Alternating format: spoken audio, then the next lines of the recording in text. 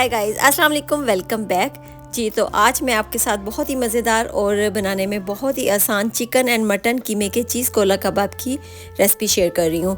और इनको बनाने के लिए हमें चाहिए था कीमा, जिसको लेने के लिए हम यहाँ पर शॉप पर आए हैं और यहाँ पर सब चीज़ें मिल रही हैं। बीफ पाई यहाँ पर नज़र आए मुझे और कलेजी यहाँ पर नज़र आई, मटन लेग पीस यहाँ पर बहुत अच्छा है। और यहाँ पर जो मटन आता है वो फ्रेश आता है, तो बहुत अच्छा होता है कि हम जो भी चीज़ बनाएं वो फ्रेश बनाएं।